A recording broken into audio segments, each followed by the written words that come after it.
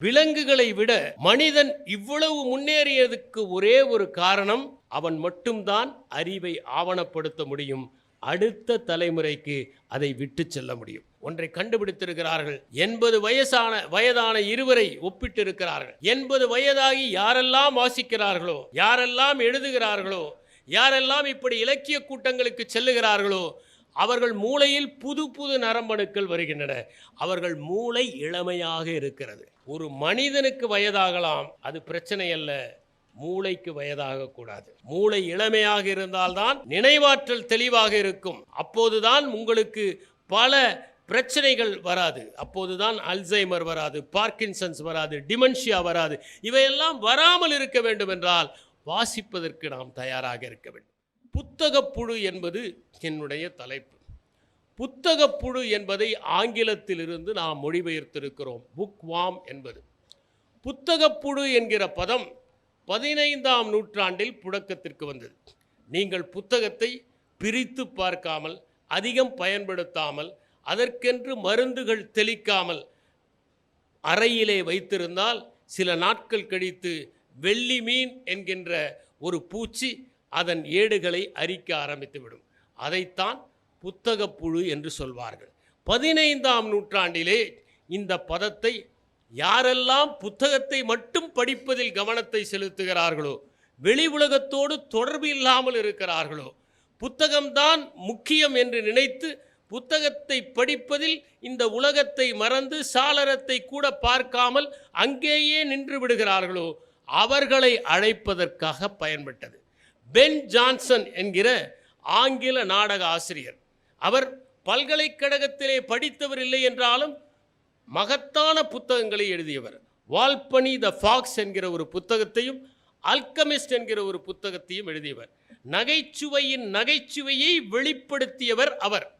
அவர்தான் இந்த புத்தக புழுக்களை பற்றி சொல்லுகிறார். கேண்டில் வேஸ்டர்ஸ் என்று சொல்லுகிறார். இவர்கள் மெழுகுவர்த்தியை வீணடிப்பவர்கள். இவர்கள் படிப்பதால் எந்த பயனும் இல்லை. இவர்கள் படித்து கொண்டே இருப்பார்களே ஒழிய வாழ்க்கையோடு தொடர்பு படுத்தி பார்க்க மாட்டார்கள் என்று குறிப்பிட்டார்.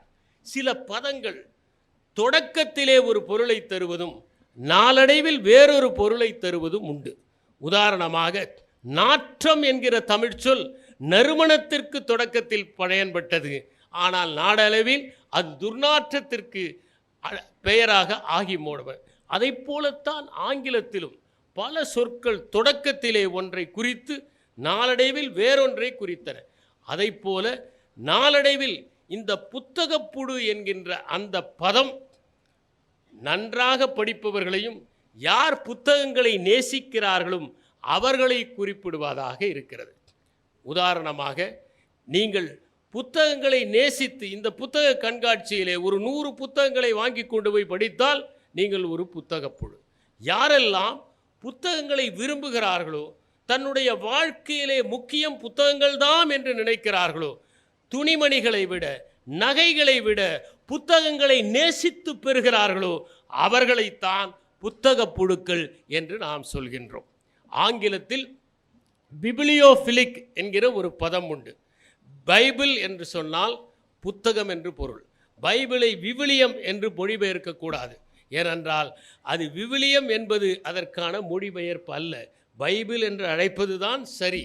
பிபிலியோகிராஃபி, பிபிலியோஃபிலிக் என்பதெல்லாம் அப்படி பைபிள் என்பதிலிருந்து வந்த பதங்கள். யார் புத்தகங்களை நேசித்து படிக்கிறார்களோ அவர்களை பிபிலியோஃபிலிக் என்று கூறுவதும் உண்டு. எனக்கு ஒரு நகைச்சுவை நினைவுக்கு வருகிறது. ஒருவர் எப்போது பார்த்தாலும் புத்தகங்களை மட்டும் படித்து கொண்டே இருப்பார். யாருடனும் பேச மாட்டார், மனைவியுடன் பேச மாட்டார், குழந்தைகளோடு பேச மாட்டார், படித்து கொண்டே இருப்பார். அவரிடம் பக்கத்து வீட்டர் கேட்டார், உங்கள் கணவர் ஒரு புத்தக புழுவா என்று. அந்த பெண் சொன்னார், புத்தக புழு இல்லை, வெறும் புழு என்று. அதை போல எப்போதும் வாசித்து கொண்டிருப்பவர்களை எப்படி சொன்னாலும் இன்று அது ஒரு மகத்தான பொருளிலே கருதப்படுகிறது. அண்மையிலே தங்கப்பாதை என்கிற ஒரு புத்தகம் வில்லியம் டாம்பரில் எழுதிய ஒரு நூல் அது வந்திருக்கிறது. அதிலே தொடக்கத்திலே அவர் நாலந்தா பல்கலைக்கழகத்தை பற்றி கூறுகிறார். யுவான் சுவாங் தன்னுடைய குறிப்புகளில் நாலந்தா பல்கலைக்கழகத்தை பற்றி தெரிவிக்கிறார். அங்கே எப்படிப்பட்ட அமைப்பு இருந்தது, என்ன வசதிகள் இருந்தன, எப்படிப்பட்ட நூலகம் இருந்தது என்பதையெல்லாம் தெரிவிக்கிறார். அங்கே 10,000 இளம் துறவிகள் படித்தார்கள். அவர்கள் 300 அடுக்கு அறைகள் கொண்ட இடத்திலும் பெரிய டார்மெட்ரிஸ் இருந்த இடத்திலும் தங்கியிருந்தார்கள். அவர்கள் பலவற்றை படித்தார்கள்.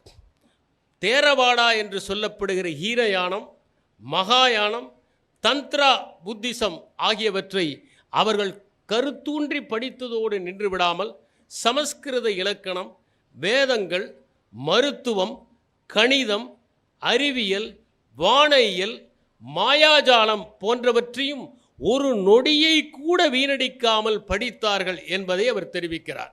அங்கே இருந்த நூலகம் மிக பெரியது, அலெக்சாந்திரியாவினுடைய நூலகத்திற்கு இணையாக இருந்தது என்று தெரிவிக்கின்றார். அங்கே 3 பிரிவுகள் இருந்தன. ரத்னாததி, ரத்னா சாகரம், ரத்னா சஞ்சிகா என்கின்ற 3 பிரிவுகள் அங்கே இருந்தன. கடல் போல அங்கே புத்தகங்கள் இருந்தன. அவற்றையெல்லாம் அவர்கள் பாதுகாப்பதற்காக பத்திரமாக வைத்திருந்தார்கள். விடிய விடிய படித்து கொண்டிருந்தார்கள் என்று யுவான் ஸ்வாங் அந்த நாலந்தா பல்கலைக்கழகத்திலே 5 ஆண்டுகள் தங்கினார். அங்கே இருந்த புத்தகங்களை எல்லாம் குறிப்பு எடுத்து கொண்டு போய் அவற்றை தன்னுடைய சீன மொழியிலே மொழிபெயர்த்தார். அவை கொரியாவிற்கும் ஜப்பானுக்கும் சென்றன. தன்னுடைய வாழ்நாளிலே மிகப்பெரிய அனுபவமாக அவர் நினைத்தது நாலந்தா பல்கலைக்கழகத்திலே தங்கிய அந்த ஆண்டுகளைத்தான். அந்த நாலந்தா பல்கலைக்கழகம் பக்தியார் கில்ஜி என்பவனால் எரியூட்டப்பட்டது. அவ்வாறு எரியூட்டப்பட்ட போது அங்கே இருந்த நூலகமும் எரிந்து போனது.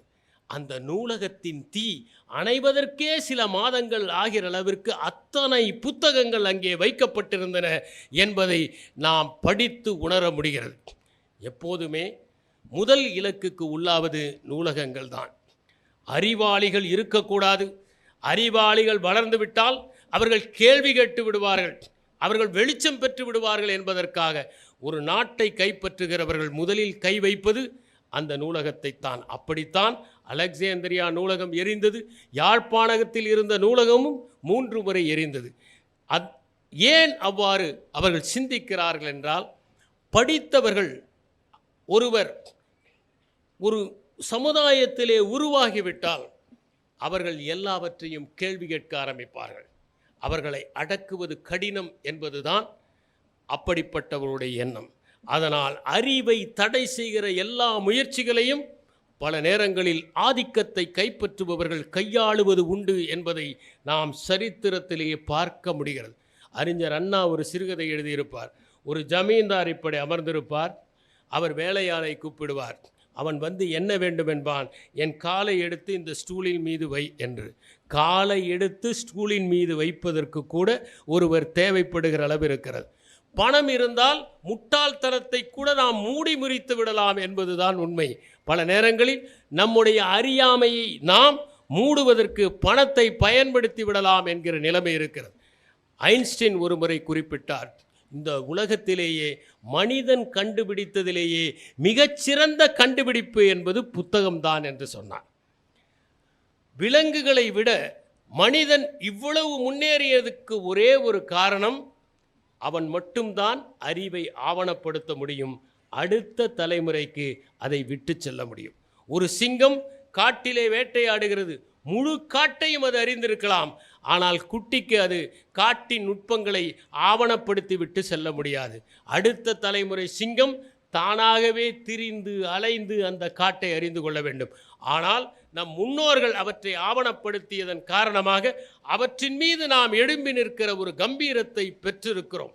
தொடக்கத்திலே மனிதன் பணமோலையில் எழுதினான், பாப்பிரஸில் எழுதினான், பார்ச்மெண்ட்டில் எழுதினான், பிறகு காகிதத்தில் எழுதினான். காகிதத்தில் எழுதிய போதுதான் அறிவு பரவலானது.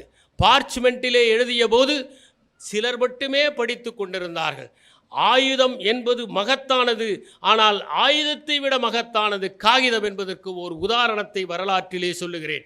எப்போது பாப்பிரஸ் அதிக அளவிலே உபயோகத்தில் இருந்ததோ அந்த நேரத்தில் மேற்கத்திய படைகளின் எண்ணிக்கை கூட 2 லட்சம் 3 லட்சம் என்று இருந்தது. பாப்பிரஸினுடைய வரத்து குறைவாக இருந்தபோது அந்த படைபலம் சுருங்கி 30,000 40,000 என்று ஆனது என்று மைக்கேல் ஒயிட் என்பவர் போரின் பலன்கள் என்கிற புத்தகத்திலே தெரிவிக்கிறார். போர் வீரர்களை கூட திரட்டுவதற்கும் எழுச்சி ஏற்படுத்துவதற்கும் தேசப்பற்றை உண்டாக்குவதற்கும் நமக்கு தேவையாக இருந்தது காகிதம். அதனால்தான் ஆயுதத்தை விட வலிமையானது காகிதம் என்கின்ற சொற்றொடர் புழக்கத்திற்கு வந்தது என்பதை நாம் புரிந்து கொள்ள வேண்டும்.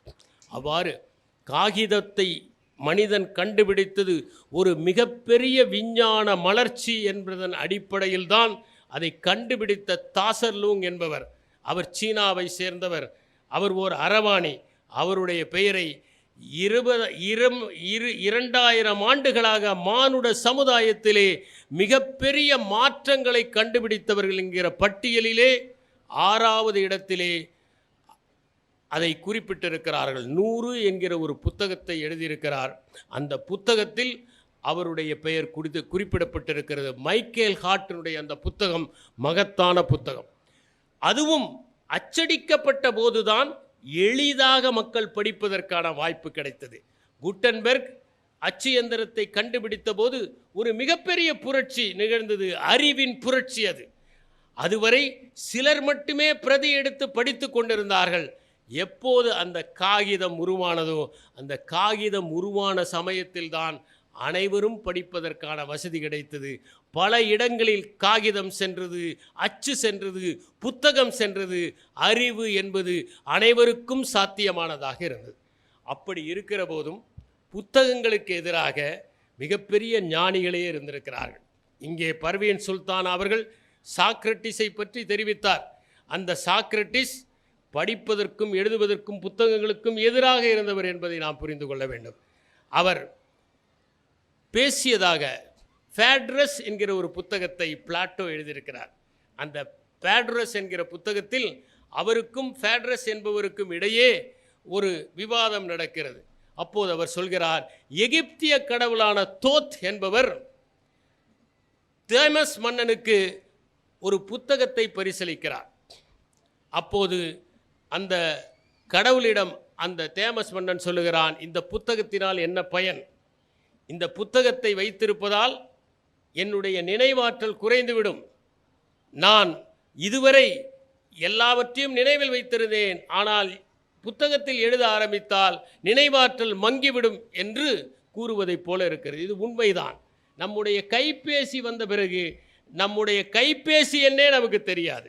இங்கே இருக்கிறவர்களில் எத்தனை பேருக்கு தங்களுக்கு நெருக்கமான 10 பேருடைய கைபேசி எண் நினைவிலே இருக்கிறது என்று பார்த்தால் இருக்காது. ஆனால் அதற்காக நாம் வருத்தப்பட வேண்டியதில்லை, நினைவில் வைத்து கொள்ள வேண்டிய அவசியமும் இல்லை. ஏனென்றால் நினைவிலே இவற்றையெல்லாம் ஏன் வைத்து கொள்ள வேண்டும்? அவையெல்லாம் நமக்கு கையிலேயே கிடைக்கிறது என்றால் நம் மூளையை வேறொன்றை சிந்திப்பதற்காகத்தானே பயன்படுத்த வேண்டும். தெரிந்த பாதையிலே செல்வதற்கல்ல வாழ்க்கை, தெரியாத பாதைகளில் சென்று அவற்றை புதிர் போல எண்ணி புரிந்து கொண்டு நடைபோடுவதற்குத்தான் என்பதை புரிந்து கொள்ள வேண்டும். அவ்வாறு சாக்ரட்டிஸ் சொன்னதற்கு முக்கியமான காரணம், அவர் இளைஞர்களை சந்திப்பார், அந்த இளைஞர்களிடம் கேள்விகளாக கேட்பார். தெரு வீதியிலே நின்று கொண்டு, நீங்கள் எல்லாம் படித்தவர்கள், அறிவாளிகள், எனக்கு இப்படி தோன்றுகிறது, சிந்தித்து பாருங்கள், நான் சொல்வது சரியாக கூட இல்லாமல் இருக்கலாம் என்றுதான் அவர் உரையாடலை தொடங்குவார். அப்படி தொடங்குகிற போது அங்கே இருக்கிற அத்தனை பேருமே அதில் ஈர்க்கப்பட்டு அன்று இரவு முழுவதும் சிந்திப்பார்கள். முதல் நாள் கூடிய கூட்டத்தை விட அடுத்த நாள் அதிக கூட்டம் சேரும். அப்படிப்பட்ட வசீகர சக்தி அந்த விவாதத்தில், உரையாடலில் இருந்தது. அதனால தான் சாக்ரட்டிஸ் சொன்னார், அறிவை பெறுவதற்கு புத்தகங்கள் தேவையில்லை, அறிவை பெறுவதற்கு தேவையானது விவாதங்கள், ஒருவருக்கொருவர் பேசுவது. நாம் புத்தரை பற்றி படித்திருக்கிறோம், ஆனால் புத்தர் எந்த புத்தகத்தையும் எழுதவில்லை. கடைசி வரை அவர் புத்தகங்களை எழுதவே இல்லை. அவர் மறைந்த பிறகு, அவர் மகா பரிநிர்வாணம் அடைந்த பிறகு அந்த சீடர்களெல்லாம் சேர்கிறார்கள். புத்தர் போய்விட்டார். இனி அவருடைய உபதேசங்களை நாம் எப்படி அடுத்த தலைமுறைக்கு எடுத்துச் செல்வது? நாம் எல்லாம் எப்படி பின்பற்றுவது? யாராவது ஒருவர் அந்த உபதேசங்களை எல்லாம் எழுத வேண்டும். யார் எழுதுவது? புத்தரோடு எப்போதுமே இருந்தவர் ஆனந்தர் என்கின்ற அவருடைய ஒன்றுவிட்ட சகோதரர், அவர்தான் எழுத வேண்டும். அவரை அழைத்தார்கள். நிழல் போல புத்தரை பிரியாமல் இருக்கின்ற நீ புத்தருடைய உபதேசங்களை எல்லாம் எழுதலாம், ஆனால் நீ மெய்ஞானம் பெறவில்லை என்றார்கள். ஒரே ஒரு நாள் அமர்ந்து தியானம் செய்து மெய்ஞானம் பெற்று அதற்கு பிறகு அவர் சொன்னவையெல்லாம் தான் தம்மபதம் என்று உருவாயின என்கின்ற கருத்து உண்டு. ஏன் புத்தர் எழுதவில்லை என்றால், சில கருத்துக்களை சொல்லிவிட்டால் பிறகு அவையே முடிவு என்று நினைத்து அவற்றை நாம் வியாக்கியானம் செய்வதிலேயே சமயத்தை செலவு செய்து வாதங்கள் செய்து தர்க்கங்கள் செய்து எது சரி என்று நமக்கு புரிந்த மாதிரி அவற்றை வளைத்து அவற்றின் உண்மைத்தன்மையை இழந்து விடுவோம் என்பதனால் தான் அவர் எழுதவில்லை. லாவோட்சு தன்னுடைய இடத்தை விட்டு வெளியே போகிற போது வழிமறிக்கப்பட்டு உனக்கு தெரிந்ததையெல்லாம் எழுது என்று அவரை வற்புறுத்தியதன் காரணமாகத்தான் அவர் எழுதினார் டாவோ டீச்சிங் என்கிற அற்புதமான அந்த நூலை. ஆனால் தொடக்கத்திலேயே சொல்கிறார், உண்மை என்பதை விளக்க முடியாது, விளக்க முடிந்தால் அது உண்மை அல்ல. எனவே அவர் சொல்லுகிறார், இந்த புத்தகத்தில் இருப்பதை மட்டுமே நீங்கள் நம்பி விடாதீர்கள். இயேசு கிறிஸ்து தான் வாழ்கிற நாட்களில் எந்த வேத புத்தகத்தையும் எழுதவில்லை. அவருக்கு பின்தான் மார்க், லியூக், மேத்யூ, ஜான் ஆகியோர் அவருடைய உபதேசங்கள் என்று புதிய ஏற்பாட்டை எழுதினார்கள். இப்படி பல ஞானிகள், பல அறிஞர்கள் தாங்கள் வாழ்ந்த காலத்தில் எதையும் எழுதி வைக்காததற்கு காரணம், எழுதி வைத்து விட்டால் அவற்றையே பிடித்து கொள்வார்கள். நிலவை காட்டும் விரலையே நிலவென்று நினைத்து விடுவதைப் போல பல நேரங்களில் நாம் சொற்களிலேயே சிக்கிக்கொண்டு அவதிப்படுவோம் என்கிற காரணத்தால் சொற்களை தாண்டி நாம் உண்மையை பார்க்க வேண்டும் என்கிற காரணத்திற்காக அவர்கள் அப்படி செய்தார்கள்.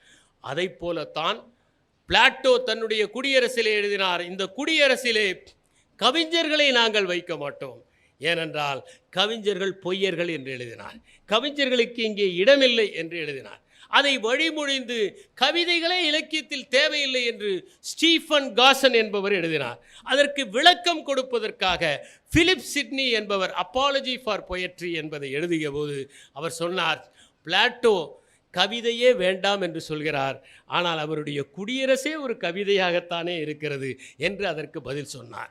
அதை போலத்தான் ஷெல்லியும் தாமஸ் லவ் பீகாக் என்பவர் கவிதைகளை கண்டனம் செய்தபோது இன் டிஃபென்ஸ் ஆஃப் பொயட்ரி என்று எழுதினார். எனவே காலம் காலமாக புத்தகங்களுக்கு எதிரான கருத்துகளும் புத்தகங்கள் தேவையில்லை என்கிற கருத்துகளும் நிலவி வந்தன. ஆனால் ஒரு காலத்திற்கு பிறகு புத்தகங்கள் இல்லாத வாழ்க்கை சாத்தியமே இல்லை என்கிற நிலைமையை நாம் அடைந்திருக்கிறோம். ஏன் புத்தகங்கள் ஒரு மனிதனுக்கு தேவை? முதலாவதாக நாம் ஒன்றை புரிந்து கொள்ள வேண்டும். புத்தகங்கள் தான் நமக்கு உண்மையான தோழர்கள். புத்தகங்கள் நம்மை தேநீர் பருக அழைப்பதில்லை. புத்தகங்கள் நம்மிடம் கடன் கேட்பதில்லை. புத்தகங்கள் நம்மிடம் கோபித்துக் கொள்வதில்லை. புத்தகங்கள் நம்மிடம் எதிர்பார்ப்பதில்லை. புத்தகங்கள் இரவு 12 மணிக்கு நமக்கு குறுஞ்செய்தி அனுப்புவதில்லை. புத்தகங்கள் எதையுமே செய்யாமல் இனிய தோழனாக இருக்கின்றன. மாக்சிம் கார்கி வழித்துணை என்கின்ற அற்புதமான சிறுகதையை எழுதியிருக்கிறார். அந்த சிறுகதையில் ஒருவன் கப்பலிலே வேலை செய்கிற சக இளைஞனை ஒரு நண்பனாக பாவித்து அவன் மீது கருணை காட்டுவான்.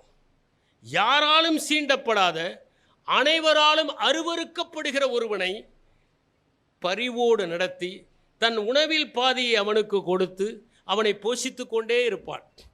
ஒரு நாள் அவன் அந்த இளைஞன் தங்குகிற ஊர் வரும். நான் இந்த ஊருக்கு போய் என் பெற்றோரை பார்த்து விட்டு வருகிறேன் என்று கப்பலில் இருந்து இறங்குவான். இவரும் அவனோடு செல்லலாம் என்று இறங்குவார். கொஞ்சம் இங்கே இருங்கள், நான் உள்ளே போய் பார்த்து விட்டு வருகிறேன் என்று ஒரு சந்திலே புகுந்து அவன் போவான். அதற்கு பிறகு அவனை காணவே காணோம். இவரை நட்டாற்றிலே விட்டுவிட்டு செல்வான். அப்போது மாக்சிம் கார்கி எழுதுகிறார், பல நூட்களில் கிடைக்காத அனுபவத்தை இவன் எனக்கு ஒரே ஒரு நாள் கற்றுக் கொடுத்து விட்டார் என்று. ஆனால் புத்தகங்கள் வழித்துணையாக வரும். நீங்கள் எங்கே சென்றாலும், எந்த பிரயாணத்திற்கு சென்றாலும் ஒரு புத்தகத்தை மட்டும் உங்கள் பெட்டியிலே வைத்து சென்றால் அது உங்களுக்கு உற்ற துணையாக இருக்கும். பல நேரங்களில் அது உங்களுக்கு பலவற்றை கற்றுத்தருவதாக இருக்கும். புத்தகங்கள் உங்கள் தனிமையை போக்கும். தனியாக இருக்கிற போது பலருக்கும் மனம் பேசிக்கொண்டே இருக்கும். எனக்கு ஒரு சம்பவம் நினைவுக்கு வருகிறது. ஒருவர் புதன்கிழமையானால் மௌன விரதம் இருப்பார், பேசவே மாட்டார். ஆனால் வீட்டிலே இருப்பவர்களை அழைத்து சைகைகளால் சொல்வார். அது வேண்டும் இது வேண்டும் என்று அவர் சைகைகளால் சொல்லுகிற போது அவர்களுக்கு புரிந்து கொள்வதில் குழப்பம் ஏற்படும். அதுவா இதுவா என்று அவர்கள் கேட்டுக்கொண்டே இருப்பார்கள். இவர் இல்லை இல்லை என்று கோபமாக அது இது என்று சைகைகளால் பேசிக்கொண்டிருப்பார். அந்த நாள் முடிகிற போது அவர் மௌனமாக இருப்பார். அந்த வீட்டில் இருப்பவர்கள் எல்லோரும் அதிகம் பேசி தொலைப்பார்கள். இதுவா மௌனமாக இருப்பது? ஆனால் தனிமையாக இருக்கிற ஒரு மனிதனுக்கு ஒரு புத்தகம் மிகப்பெரிய ஆறுதலாக இருக்கும். அவன் வாசித்து கொண்டே இருக்கலாம். அவனுடைய அயற்சியை போக்குகிறது. இங்கே சுனில் கிருஷ்ணன் அவர்கள் சொன்னார்கள், புனைவுகளை படிக்கிற போது, நீங்கள் அயர்ந்து இருக்கிற போது ஒரு நல்ல சிறுகதை உங்களுக்கு நம்பிக்கையை தரும், ஒரு வெளிச்சத்தை தரும், உங்களுக்கு ஒரு புதிய பார்வையை தரும். நீங்கள் அதை வாசித்து முடித்தவுடனேயே உற்சாகத்தை அடைந்து விடுவீர்கள். மார்க்சிம் கார்கி எழுதியிருப்பார் ஒரு கடல் பறவை என்று. அந்த கடல் பறவையை நீங்கள் படித்தால் எப்பேற்பட்ட அயற்சியையும் தாண்டி வானத்திலே நீங்கள் வலம் வர வேண்டும் என்கின்ற பெரிய எண்ணத்தை அது ஏற்படுத்தும். கலீல் கிப்ரானுடைய தீர்க்க தரிசனத்தை படித்தால் நாம் வாழ்கிற வாழ்க்கை உண்மையானது என்கிற எண்ணம் ஏற்படும். நம்மை நாமே மேம்படுத்தி கொண்டு செல்ல வேண்டும் என்கின்ற எண்ணத்தை அந்த நூல் ஏற்படுத்தும். இப்படி எண்ணற்ற புத்தகங்கள் நம்முடைய அயற்சியை போக்கும், ஒரு புத்துணர்ச்சியை ஏற்படுத்துகின்ற நூல்கள். ஒரு நல்ல நூலை நீங்கள் படித்து முடித்தால் அன்று இரவு முழுவதும் அதையே நீங்கள் சிந்தித்து கொண்டிருப்பீர்கள். அது ஒரு சிறுகதையாக இருக்கலாம், ஒரு நாவலாக இருக்கலாம், ஒரு கவிதையாக இருக்கலாம். ஒரே ஒரு கவிதையின் வரி உங்களை உசிப்பி விடுவதாக இருக்கலாம். நகுலன் ஒரு கவிதை எழுதியிருப்பார், என்னை பார்க்க வந்தார் தன்னை பார் என்று சொல்லி சென்றார் என்று. நம்மை பார்க்க சிலர் வருவார்கள், அவர்களை பற்றி பிரஸ்தாபித்து கொண்டு செல்வார்களே ஒழிய நம்மை எதுவும் விசாரிக்க மாட்டார்கள். அப்படிப்பட்டவர்களை பற்றிய ஒரு கவிதை. புத்துணர்ச்சி தருகிற இலக்கியங்கள் இருக்கின்றன. அடுத்ததாக இலக்கியங்களையும் புத்தகங்களையும் நீங்கள் படிக்கிற போது அது உங்களுக்கு ஒரு விஞ்ஞான பார்வையை தரும். அவர் குறிப்பிட்டதைப் போல, சுனில் கிருஷ்ணன் கூறியதைப் போல பல கருத்துகள் ஒரு காலத்தில் கற்பனைகளாக ஏற்பட்டன. அவை விஞ்ஞான புதினம் என்று அழைக்கப்பட்டன. ஆனால் அந்த விஞ்ஞான புதினங்கள் நாளடைவில் விஞ்ஞானிகளால் நடைமுறைப்படுத்துவது உண்டு. ஏனென்றால் மனம் என்பது எப்போதுமே சாத்தியக்கூறிலிருந்து சாத்தியமற்றத்திற்கு செல்வதாக இருக்க வேண்டும். சாத்தியக்கூறிலிருந்து சாத்தியத்திற்கே செல்கிற மனம் இருந்தால் எதையும் செய்ய முடியாது. உங்களுக்கு ஒரு எடுத்துக்காட்டை சொல்கிறேன். சீனர்கள் தான் காகிதத்தை கண்டுபிடித்தார்கள், அச்சை கண்டுபிடித்தார்கள், வெடிகுண்டை கண்டுபிடித்தார்கள், அவர்கள்தான் காம்பஸையும் கண்டுபிடித்தார்கள். ஆனால் அவர்கள் ஏன் கணனியை கண்டுபிடிக்கவில்லை, கைபேசியை கண்டுபிடிக்கவில்லை, திரைப்படத்தை கண்டுபிடிக்கவில்லை, தொலைபேசியை கண்டுபிடிக்கவில்லை? ஏனென்றால் சீன மனம் என்பது சாத்தியத்திலிருந்து சாத்தியத்திற்கு செல்வது. ஆனால் இவற்றையெல்லாம் உருவாக்க வேண்டுமென்றால் சாத்தியத்திலிருந்து சாத்தியமில்லாததற்கு செல்ல வேண்டும். அதை தருவதுதான் அறிவியல் புயனம். அந்த அறிவியல் பார்வையை தருகிறது புத்தகங்கள். அது கைப்பிடித்து நம்மை புத்தகத்திற்கு அழைத்து செல்லும். ஒரு அறிவியல் புதினத்தை நீங்கள் படித்து விட்டால் அது கைப்பிடித்து நம்மை புத்தாக்கத்திற்கு அழைத்து செல்லும். இதை நான் ஏன் செய்யக்கூடாது என்கிற எண்ணம் நமக்கு ஏற்படும். மூளையிலே புதிய நரம்பணுப்புகளை அது உண்டாக்கும். அது நமக்கு படைப்பாக்க திறனை தரும். அது பெட்டிக்கு வெளியே நம்மை சிந்திக்க செய்யும். ஸ்டோலன் ஃபோக்கஸ் என்கிற ஒரு புத்தகம், ஜொஹான் ஹாரி எழுதிய புத்தகம். நம்முடைய கவனம் இப்போது திருடப்படுகிறது. யார் நம்முடைய கவனத்தை திருடுவது என்பதுதான் இன்று காணொளியிலே நடக்கிற மிகப்பெரிய போட்டி. நீ திருடுவதா, நான் திருடுவதா? நம்முடைய கவனத்தை எல்லோரும் எப்படியாவது திருடிக்கொள்ளலாம் என்று பார்க்கிறார்கள். அந்த கவனத்தை எப்படி குறைப்பது? ஒரு சிறந்த புத்தகத்தை நீங்கள் வாசிக்கிற போது ஒருபோதும் கவனம் திரும்பாது. அதனால்தான் அந்த காலத்திலே வாசிக்கிற போது சாப்பிட்டு கொண்டே வாசிக்கின்ற பழக்கம் இருந்தது. நான் பார்த்திருக்கிறேன். தெருவிலே நடந்து போய் கொண்டிருப்பார்கள், அவர்கள் புத்தகத்தை விரித்து வாசித்து கொண்டே போவதை நான் பார்த்திருக்கிறேன். சில நேரங்களில் உணவை கூட மறுத்துவிட்டு வாசித்தவர்கள் இருக்கிறார்கள். காரணம், அது நம்மை புதிய உலகத்திற்கு அழைத்து செல்வதாக இருக்கிறது.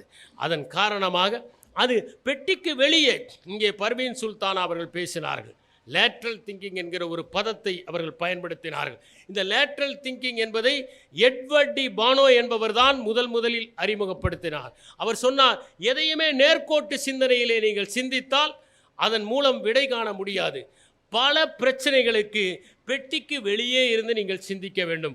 அப்போதுதான் அதற்கான தீர்வை அடைய முடியும் என்று அவர் சொன்னார். இவற்றையெல்லாம் வாசிப்பதன் மூலமாகத்தான் ஒருவர் அடைய முடியும். வாசிப்பதன் மூலம் ஒருவர் பரிவை கற்றுக்கொள்ள முடியும். இங்கே பேசிய சுனில் கிருஷ்ணன் கூட குறிப்பிட்டார், ஒரு தத்துவத்தை நீங்கள் காட்சிப்படுத்துகிற போது அதை நீங்கள் நடைமுறைப்படுத்துவீர்கள். ஒரு தத்துவம் இருக்கிறது, அதை நீங்கள் கருணை என்று பார்த்தால் அது கருணையாகத்தான் இருக்கும். ஆனால் அந்த கருணைக்கு ஒரு பாத்திரத்தை நீங்கள் கொடுத்தால், கோபத்திற்கு ஒரு பாத்திரத்தை கொடுத்தால், அப்போது நீங்கள் அதை முழுமையாக அடைய முடியும். அதனால்தான் ஜான் புன்யன் என்பவர் இரட்சண்ய யாத்திரியம் என்கிற நூலில் பொறாமை ஒரு பாத்திரம், அன்பு ஒரு பாத்திரம், கருணை ஒரு பாத்திரம், கோபம் ஒரு பாத்திரம், இப்படி ஒவ்வொன்றையும் ஒரு பாத்திரமாக ஆக்கினார். இதை நம்முடைய முன்னோர்கள் அவர்கள் படித்த பல சிறுகதைகளிலும் நாவல்களிலும் கருணையை ஒரு பாத்திரமாக ஆக்கினார். உதாரணமாக மகாபாரதத்தில் எடுத்துக்கொண்டால் துரியோதனன் பொறாமைக்கான ஒரு பாத்திரமாக படைக்கப்பட்டிருக்கிறான், காமத்திற்கான ஒரு பாத்திரமாக சிலர் படைக்கப்பட்டிருக்கிறார்கள், கருணைக்கான பாத்திரமாக சில பேர் படைக்கப்பட்டிருக்கிறார்கள். இவற்றையெல்லாம் வாசிக்கிற போதுதான் நாம் கருணையாக இருக்க வேண்டும், நான் அன்பாக இருக்க வேண்டும், நாம் பெருந்தன்மையாக இருக்க வேண்டும் என்று. அம்மா நான் இருக்கிறேன் என்கிற ஜெயகாந்தனுடைய கதையை நீங்கள் படித்து விட்டால் அதற்கு பிறகு எந்த தொழுநோயாளியை பார்த்தாலும் உங்கள் இதயத்தில் கருணை மட்டும்தான் ஊறும் என்பதை நீங்கள் நினைத்துக் கொள்ள வேண்டும். படிப்பதனால் உங்களுடைய பதற்றம் குறையும். நீங்கள் பதற்றப்படுகிறவர்களாக இருந்தால் நிறைய கதைகளை படித்தால் அதிலே வருகிற கதாபாத்திரங்களை பாருங்கள், எத்தனை சோகங்களை அவர்கள் தாங்கிக் கொண்டு இந்த உலகத்திலே வாழ்கிறார்கள். மகத்தான மனிதர்களுடைய சுயசரித குறிப்புகளை படியுங்கள், அவர்கள் எத்தனை வேதனைகளை எல்லாம் தாண்டி வந்திருக்கிறார்கள். நீங்கள் தாஸ்தோவஸ்கியின் வாழ்க்கையை படித்தால் அவருடைய கதைகளை விட அவை சுவாரஸ்யமானவை. அவர் தனிமை சிறையிலே இருந்து மனத்திலேயே தன்னுடைய கதைகளை எல்லாம் எழுதிவிட்டவர். அப்படிப்பட்ட மகத்தான மனிதர்களுடைய வாழ்க்கை சரிதங்களை படித்தால் அவர்கள் பட்ட இன்னல்களை எல்லாம் நீங்கள் தெரிந்து கொண்டால் உங்கள் வாழ்க்கையில் சாதாரணமாக வருகின்ற பிரச்சனைகளுக்கெல்லாம் சமயத்தில் உங்கள் கைபேசி பணிபுரியவில்லை என்றால் ஏற்படுகின்ற பதற்றத்தில் இருந்தெல்லாம் நீங்கள் விடுபட்டு விடலாம்.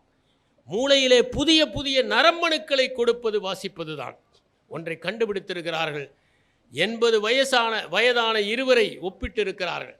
80 வயதாகி யாரெல்லாம் வாசிக்கிறார்களோ, யாரெல்லாம் எழுதுகிறார்களோ, யாரெல்லாம் இப்படி இலக்கிய கூட்டங்களுக்கு செல்லுகிறார்களோ அவர்கள் மூளையில் புது புது நரம்பணுக்கள் வருகின்றன. அவர்கள் மூளை இளமையாக இருக்கிறது. ஒரு மனிதனுக்கு வயதாகலாம், அது பிரச்சனை அல்ல, மூளைக்கு வயதாகக்கூடாது. மூளை இளமையாக இருந்தால்தான் நினைவாற்றல் தெளிவாக இருக்கும். அப்போதுதான் உங்களுக்கு பல பிரச்சனைகள் வராது. அப்போதுதான் அல்சைமர் வராது, பார்க்கின்சன்ஸ் வராது, டிமென்ஷியா வராது. இவையெல்லாம் வராமல் இருக்க வேண்டும் என்றால் வாசிப்பதற்கு நாம் தயாராக இருக்க வேண்டும். இந்த உலகத்திலே பலரும் பலவிதமாக வாசித்தவர்கள் இருக்கிறார்கள். அற்புதமாக வாசித்த பலரை நாம் வரலாற்றிலே பார்க்க முடிகிறது. தினமும் புத்தகத்தை படித்து குறிப்புகள் எழுதி கடிதங்கள் எழுதுவதை தன்னுடைய வாழ்க்கையாக கொண்டிருந்தார் காந்தியடிகள். பண்டிட் ஜவஹர்லால் நேரு தொடர்ந்து வாசித்தவர். சிறையிலே இருந்தபோது கூட நூல்களை எல்லாம் எழுதியவர். அவர் தொடர்ந்து அவர் வாசித்து கொண்டே இருந்தார். நாம் கால் மார்க்ஸை பற்றி படிக்கிறோம், ஏங்கல்ஸை பற்றி படிக்கிறோம். அவர்களெல்லாம் படித்து கொண்டே இருந்தார்கள். ஓராண்டு சிறைவாசத்தை அனுபவித்த லெனின் எழுதுகிறார், இந்த ஓராண்டிலே நான் படித்ததைப் போல உலக என்னுடைய வாழ்க்கையிலே உலகத்தை பற்றி அதிகமாக புத்தகங்களை நான் வாசித்ததில்லை என்று. அவர் எழுதியதே அத்தனை நூல்கள். அவர் ஒன்றும் ஒரு எழுத்தாளர் அல்ல, அவர் ஒரு புரட்சியாளர். புரட்சியாளராக இருந்து அவர் எழுதினார் என்றால் அவர் வாசித்தது அதற்கு ஒரு காரணமாக இருந்தது. பேரறிஞர் அண்ணா மார்க்கஸ் அரீலஸ் பற்றி ரோமாபுரி ராணிகள் என்கிற புத்தகத்திலே எழுதுகிறார். போர்க்களத்திலே நின்றிருக்கிறான் மார்க்கஸ் அரீலோஸ், மாபெரும் வீரன், ரோமாபுரியின் வீரனாக இருந்த அந்த மன்னன் தன்னுடைய பாசறைக்கு வந்ததும் வாளை உரையிலே போட்டதும் புத்தகத்தை விரித்து படிப்பான். அத்தனை ஆர்வம் உள்ளவனாக மார்க்கஸ் அரீலஸ் இருந்தான். அதனால்தான் மெடிடேஷன்ஸ் என்கிற அற்புதமான நூலை மார்க்கஸ் அரீலஸ் படைத்து கொடுக்க முடிந்தது என்பதை நாம் உணர முடிகிறது. அதை போலத்தான் லிங்கன், ஆபிரகாம் லிங்கன் அழியாத காதலை புத்தகங்களின் மீது வைத்திருந்தார். இரவல் வாங்கி கொண்டு வந்த புத்தகத்தை படித்துவிட்டு அவர் சன்னலிலே வைக்கிறார், மழையிலே நனைந்து விடுகிறது. இரவல் வாங்கிய புத்தகத்தை எப்படி கொடுப்பது என்பதற்காக விறகு வெட்டி பணம் சம்பாதித்து புதிய புத்தகத்தை வாங்கி கொண்டு போய் கொடுத்தார் என்பதை ஆபிரகாம் லிங்கனுடைய வாழ்க்கையிலே படிக்க முடிகிறது. தினமும் ஒரு புத்தகத்தையாவது படித்துவிட்டுத்தான் நான் தூங்குவேன் என்கின்ற வைராகியத்தோடு திறந்தவர் அமெரிக்காவினுடைய ஜனாதிபதியாக இருந்த ரூஸ்வெல்ட். சிறை வாழ்க்கையில் நான் 27 ஆண்டுகள் கழித்தாலும் அதை படிப்பதற்காக செலவழித்து என்னுடைய வாழ்க்கையை செறிவாக்கி கொண்டேன். இந்த 27 ஆண்டுகளை 270 ஆண்டுகள் வாழ்ந்த திருப்தியை நான் சிறைவாசத்தில் படிப்பதனால் அடைந்தேன் என்று மண்டலே சொன்னார். கென்னடி வேகமாக வாசிப்பதிலே வல்லவராக இருந்தார். பில்கேட்ஸ் தொடர்ந்து வாசிப்பதில் இன்றும் ஈடுபட்டு கொண்டிருப்பவர். எலான் மஸ்க் ஒரு நாளைக்கு 2-3 புத்தகங்கள் வாசிக்கின்ற திறனை பெற்றிருந்தார். ராணி எலிசபெத், முதலாம் ராணி எலிசபெத்தை பற்றி சொல்கிறேன். அவர் கலைகளின் காதலர், 4-5 மொழிகளை கற்றவர். அவருக்கு லத்தீனம் தெரியும், அவருக்கு கிரேக்கம் தெரியும், அவருக்கு பிரெஞ்சு மொழி தெரியும். அவர் நிறைய வாசித்து கொண்டே இருப்பார். அதனால்தான் அவர் ஆண்டபோதுதான் இங்கிலாந்திலே கலைகளுக்கான ஒரு பொற்காலம் தொடங்கியது. அந்த காலத்தில் தான் நிறைய நாடகங்கள் எழுதப்பட்டன. அப்போதுதான் ஷேக்ஸ்பியர் தன்னுடைய நாடகங்களை எல்லாம் எழுதினார். தன்னுடைய மிட்சமர் நைட்ஸ் ட்ரீம் என்கிற அந்த நாடகத்தில் ஃபேர் வெஸ்டல் த்ரோன்டு பை த வெஸ்ட் என்று அவர் குறிப்பிடுவது முதலாம் ராணி எலிசபெத்தை தான்.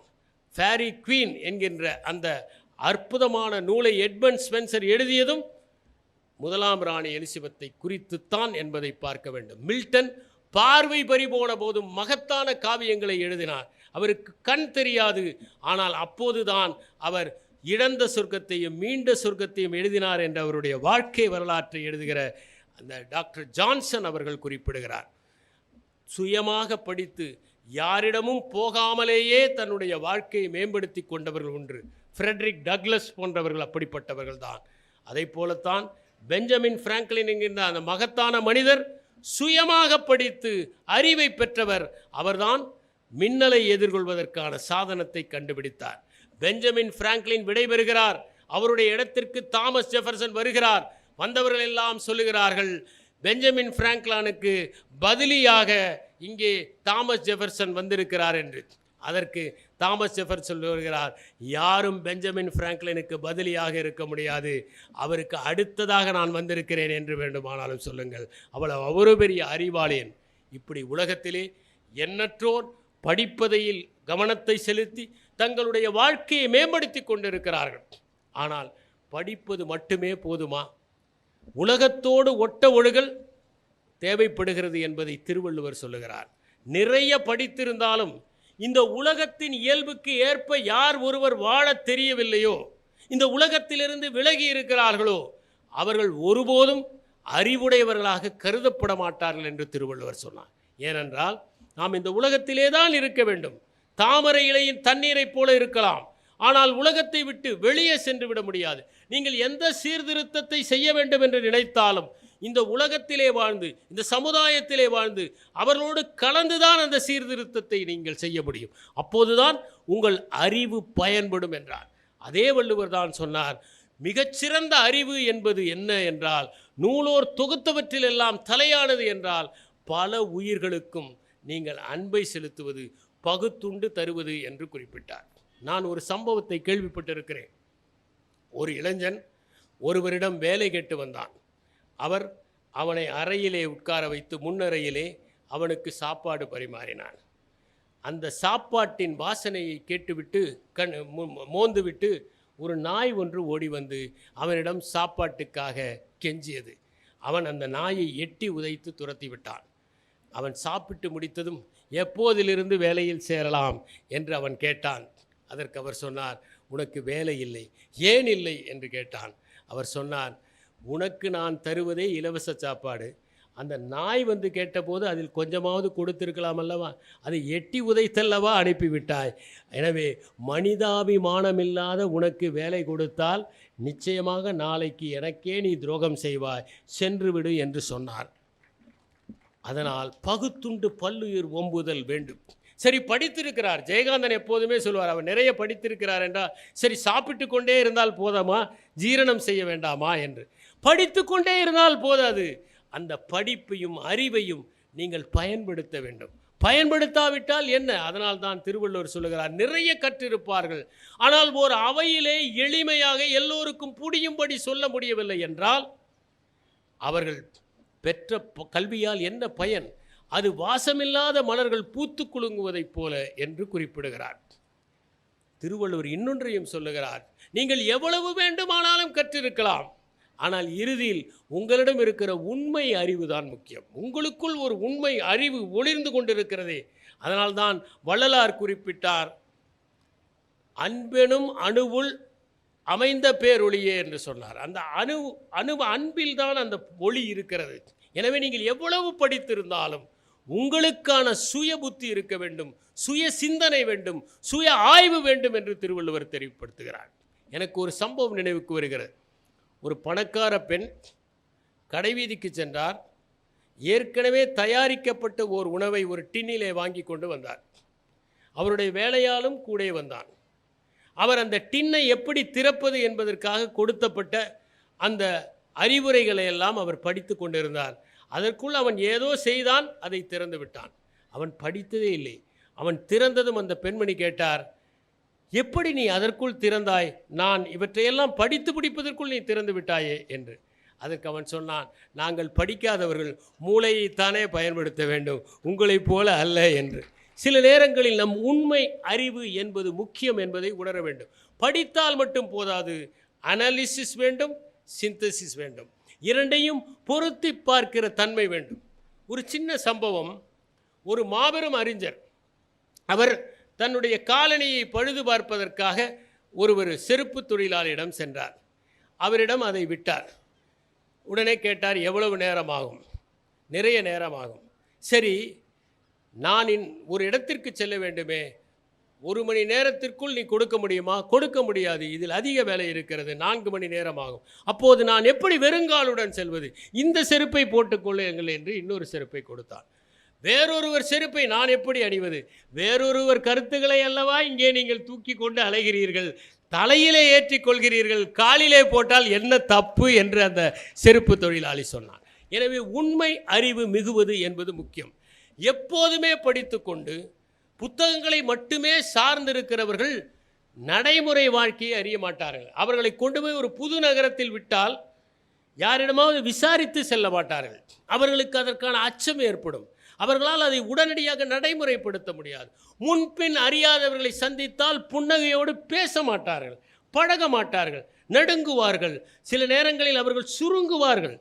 அவர்கள் குறுகிய மனப்பான்மை கொண்டவர்களாக இருப்பார்கள். தற்குறிகளாக இருப்பதற்கான வாய்ப்புகள் அதிகம். அவர்கள் எல்லாவற்றையுமே எளிமைப்படுத்த நினைப்பார்கள். தகவல் தொடர்பிலே எப்போதுமே அவர்களுக்கு தடுமாற்றம் ஏற்படுவதற்கான வாய்ப்புகள் இருக்கின்றன. வெறுமனே படித்து கொண்டு சிந்தனை செய்யாமல் இருக்கிற மனிதர்கள் இந்த உலகத்தோடு தொடர்பு வைத்துக் கொள்வதற்கு விருப்பம் இல்லாமல் இருப்பார்கள். அதனால்தான் ஜே கிருஷ்ணமூர்த்தி சொன்னார், நீ படித்தது எல்லாம் இறந்த காலத்தை சார்ந்தது, உன் அறிவு என்பது இறந்த காலம். நாலேஜ் இஸ் பாஸ்ட் என்று சொன்னார், இன்டெலிஜென்ஸ் இஸ் பிரசன்ட் என்று சொன்னார். இந்த நொடியில் இங்கே யாரெல்லாம் இருக்கிறீர்களோ நீங்கள் எல்லாம் நுண்ணறிவோடு இருக்கிறீர்கள். நேற்றைய சிந்தனையோடு இருந்தால் நீங்கள் அறிவோடு இருக்கிறீர்கள், நுண்ணறிவோடு இல்லை. அதனால்தான் அவர் சொன்னார், எப்போதுமே நீங்கள் இந்த நிகழ்காலத்தில் இருப்பதற்கு பழகிக் கொள்ளுங்கள். இந்த நிகழ்காலத்தில் இருந்தால்தான் நீங்கள் நுண்ணறிவோடு இருக்கிறீர்கள். எனவே படித்தது என்பது இறந்த காலத்தை சேர்ந்தது, சிந்திப்பது என்பது நிகழ்காலத்தை சேர்ந்தது. படித்ததை வைத்துக்கொண்டு சிந்திக்கிற போதுதான் ஒருவன் நிகழ்காலத்தில் இருக்கிறான், நுண்ணறிவிலே இருக்கிறான். ஒருவர் மேடையிலே முழங்கினார், யாரையும் மேற்கோள் காட்டுகிறவன் முட்டாள் என்று சியாங்கோ பியாங்கோ கூறியிருக்கிறார் என்று. இவர் சொல்வதே மேற்கோள், இவரே சியாங்கோ போகாவை மேற்கோள் காட்டுகிறார். அப்படி சில பேர் எப்போதுமே அடுத்தவர்கள் தோள்களிலேயே சாய்ந்து கொண்டிருப்பார்கள். அதனால் எந்தவித பயனும் இல்லை என்பதை புரிந்து கொள்ள வேண்டும். நாம் பல நேரங்களில் படிப்பது என்பது தரவுகள். அந்த தரவுகளை மட்டும் வைத்துக்கொண்டு வாழ முடியாது. அந்த தரவுகளை நாம் தகவல்களாக மாற்ற வேண்டும். அந்த தகவல்களை அறிவாக மாற்ற வேண்டும். அந்த அறிவை நாம் செயல்படுத்துகிற போதுதான் அது ஞானமாக ஆகும். வெறும் தகவல்களை வைத்துக்கொண்டு அவற்றை மட்டுமே படித்து நாம் டிஎஸ் எலியட் அவர்கள் கூறியதைப் போல எங்கே அந்த அறிவு தகவல்களால் நிரம்பியது, எங்கே அந்த ஞானம் வெறும் அறிவால் நிரம்பியது என்று கேட்பதைப் போல இருந்து விடாமல் அவற்றை வாழ்க்கையோடு தொடர்பு படுத்த வேண்டும். நீங்கள் எதை படித்தாலும் சரி, ஒரு கவிதையை படித்தாலும் சரி, ஒரு கதையை படித்தாலும் சரி, ஒரு வாழ்க்கை வரலாற்றை படித்தாலும் சரி, நீங்கள் சரித்திரத்தை படிக்கலாம், நீங்கள் உலகப் போரை பற்றி படிக்கலாம், நீங்கள் ஹானிபால் நடத்திய அந்த போர், ரோமாபுரியை எதிர்த்து நடத்திய போர்களை பற்றி படிக்கலாம். அவற்றையெல்லாம் படிக்கிற போது உங்கள் வாழ்க்கையோடு அதை தொடர்பு படுத்தி படியுங்கள். இன்று இருக்கிற உலகத்தோடு தொடர்பு படுத்தி படியுங்கள். அப்போதுதான் அந்த தரவு ஒரு அறிவாக மாறி ஞானமாக மாறும். அது உங்கள் வாழ்க்கையிலே ஏதேனும் மாற்றத்தை ஏற்படுத்துகிறதா என்று சிந்தித்து பாருங்கள். அப்போது அது ஞானமாக மாறும். சில நேரங்களில் கொள்கைகளுக்காக மட்டும் வாழ முடியாது. கொள்கைகளால் மட்டுமே ஒருவன் வாழ்ந்து விட முடியாது. அதை நடைமுறைப்படுத்த வேண்டும். ஒரு தவளை ஒரு ஆந்தையை சந்தித்தது. ஆந்தை என்றால் எப்போதுமே புத்திசாலி. அதனால் ஆந்தையிடம் தவளை சொன்னது, நான் தினமும் நிறைய சிரமப்படுகிறேன், பின்னங்கால்கள் நீளமாக இருக்கின்றன, முன்னங்கால் சின்னதாக இருக்கிறது. ஆந்தை சொன்னது, அனைத்து கால்களையும் ஒரே அளவில் செய்துவிட்டால் உனக்கு பிரச்சனையே இல்லை. எப்படி செய்வது? அதை நான் சொல்ல முடியாது, நான் கொள்கை முடிவுகள் தான் எடுப்பேன், செயல்படுத்துவது என்னுடைய வேலை இல்லை என்று. அதை போல இருப்பதை பார்க்கலாம். நீங்கள் ஒரு புத்தகத்தை கேள்விப்பட்டிருப்பீர்கள், மெக்கார்மக் என்பவர் எழுதியிருக்கிறது. அவர் எழுதியது what they don't teach you at Harvard business school என்று.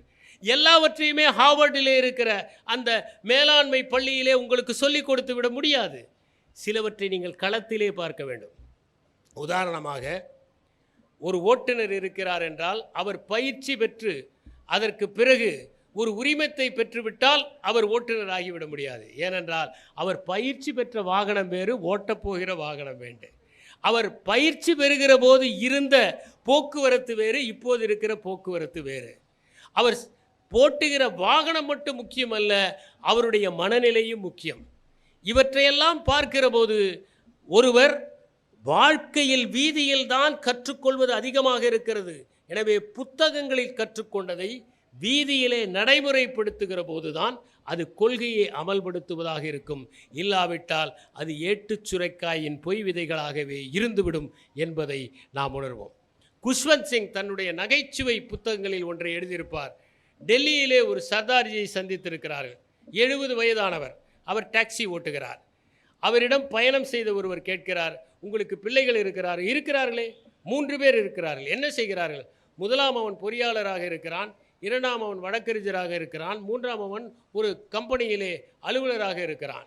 சரி, அப்போது ஏன் நீங்கள் இந்த வண்டியை ஓட்டுகிறீர்கள்? மாதம் அவர்களுக்கு பற்றாத பணத்தை நான் தானே அனுப்புகிறேன் என்று அவர் பதில் சொன்னார். ஒருவன் வெறுமனே படித்து அந்த படிப்பை மட்டுமே வைத்துக்கொண்டு தன்னுடைய படிப்பறிவை மட்டுமே சிந்தித்து கொண்டிருந்தால், ஒரு கழுதையின் மீது புத்தகங்களை எல்லாம் ஏற்றி அனுப்பினால் அது எப்படி நிலையில், எந்த நிலையில் அந்த கழுதை இருக்குமோ அதை போலத்தான் இருக்கும் என்பதை நான் படித்திருக்கிறேன். ஆகவே கல்வி என்பதோ படிப்பு என்பதோ வாழ்க்கைக்கான முக்கியமான ஒன்று. தாகூருடைய வாழ்க்கையிலே ஒரு சம்பவம் நடந்தது. அவர் மெய்ஞானத்தை பற்றி எழுதிவிட்டார், கீதாஞ்சலியை எழுதிவிட்டார், எல்லாவற்றையும் எழுதிவிட்டு அவர் மிகுந்த உற்சாகத்தில் இருக்கிற போது வயதான ஒருவர் அவர் கதவை வந்து தட்டினார், அழைத்தார். நீ இந்த கீதாஞ்சலி எல்லாம் எழுதியிருக்கிறாயே, உண்மையிலேயே நீ உணர்ந்து எழுதினாயா? உன்னை பார்த்தால் அப்படி தெரியவில்லையே, உனக்கு மெய்ஞானம் உண்மையிலேயே கிடைத்ததா என்றெல்லாம் கேட்டார். தாகூருக்கு பதில் சொல்ல முடியவில்லை. ஆனால் அந்த மனிதர் தாகூரை சகல நேரமும் துரத்தி கொண்டிருந்தார்.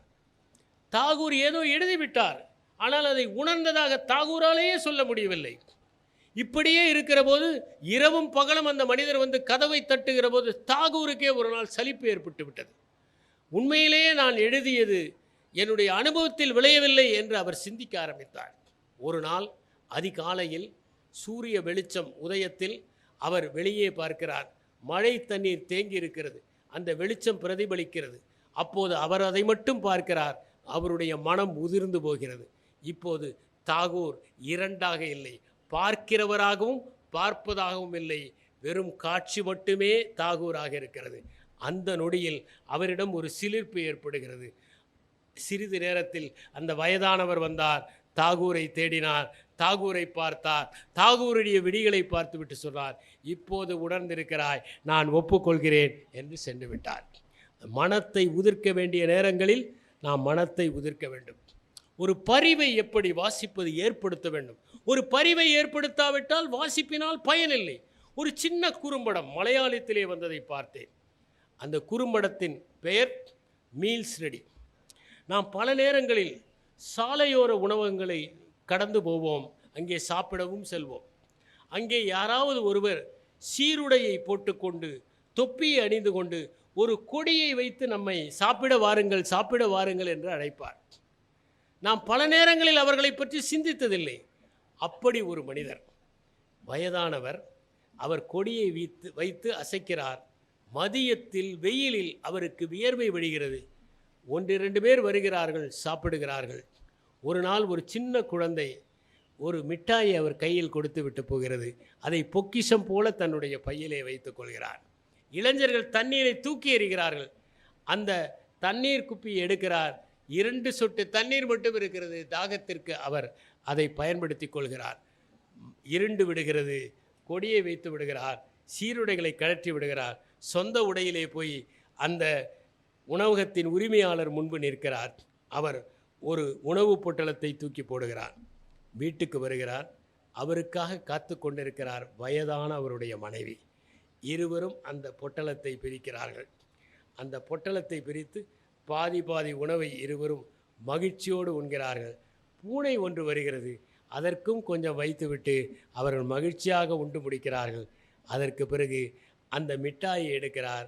காக்கா கடி கடித்து மனைவிக்கும் கொடுக்கிறார். குறும்படம் முடிந்துவிட்டது. இந்த குறும்படத்தை நான் பார்த்த பிறகு எந்த சாலையோர உணவகத்திற்கு சென்றாலும் அங்கே காத்து கொண்டிருக்கின்ற அந்த வயதான மனிதனுக்கு ஏதேனும் பணம் கொடுக்காமல் வந்ததே இல்லை என்பதுதான் என்னிடம் நிகழ்த்திய மாற்றம். எனவே புத்தகப்புழுவாக மட்டுமில்லாமல் புத்தகங்களை நேசிப்போம், புத்தகங்களை வாசிப்போம், புத்தகங்களை யோசிப்போம், புத்தகங்களை செயல்படுப்போம். மானுட ஜன்மத்தை மேம்படுத்துவதற்கு நாம் அனைவரும் ஒரு சிறு துளியாக இருப்போம் என்று கூறி விடைபெறுகிறேன். வணக்கம்.